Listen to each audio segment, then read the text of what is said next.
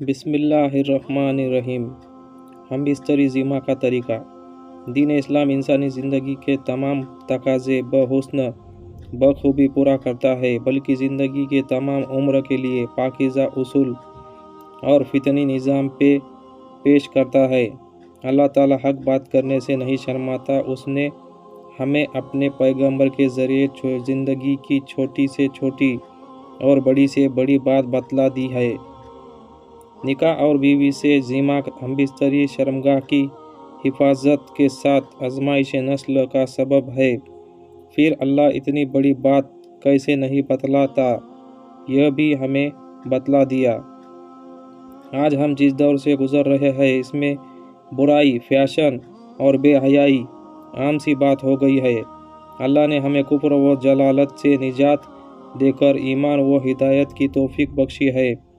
हमें हमेशा अपना कदम बढ़ाने से पहले सोचना ही है कि कोई गलती तो नहीं हो रही है। हर कदम फूंक फूंक कर उठाना है। पैदाइश के बाद जब कोई जवानी के दहलीज पे कदम रखता है तो उसे फितनी सुकून हासिल करने के लिए शरीक हयात की ज़रूरत पेश आती है।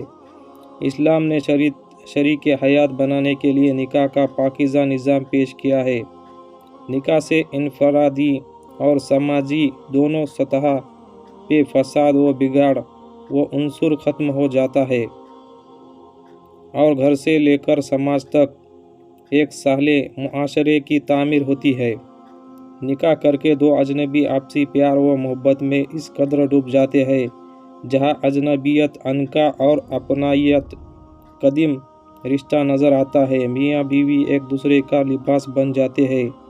पाकीज़ा ताल्लुक़ यानी अक़्द निकाह के बाद आपस की सारी अजनबियत और सारा पर्दा उठ जाता है। गोया दोनों एक जहाँ दो गालिब हो जाते हैं।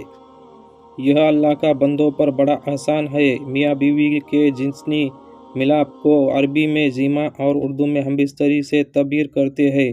जिस तरह इस्लाम में निकाह का पाकीज़ा निज़ाम दिया है, इसी तरह ज़िमा हमबिस्तरी की भी साफ सुथरे रहनुमा उसूल दिए हैं। इन उसूलों की जानकारी हर मुस्लिम मर्द खातून पर ज़रूरी है। यहूदियों का ख्याल था कि बीवी की अगली शर्मगाह में पीछे से ज़िमा करने से लड़का आगा पैदा होगा।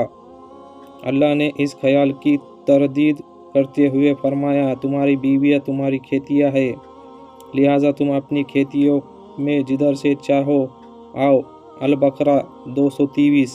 इस आयत का मतलब यह है कि बीवी की अगली शर्मगाह में जिस तरह से चाहे ज़िमा कर सकते हैं और शोहर के लिए बीवी की अगली शर्मगाह ही हलाल है और पिछली शर्मगाह में ज़िमा करना हराम है।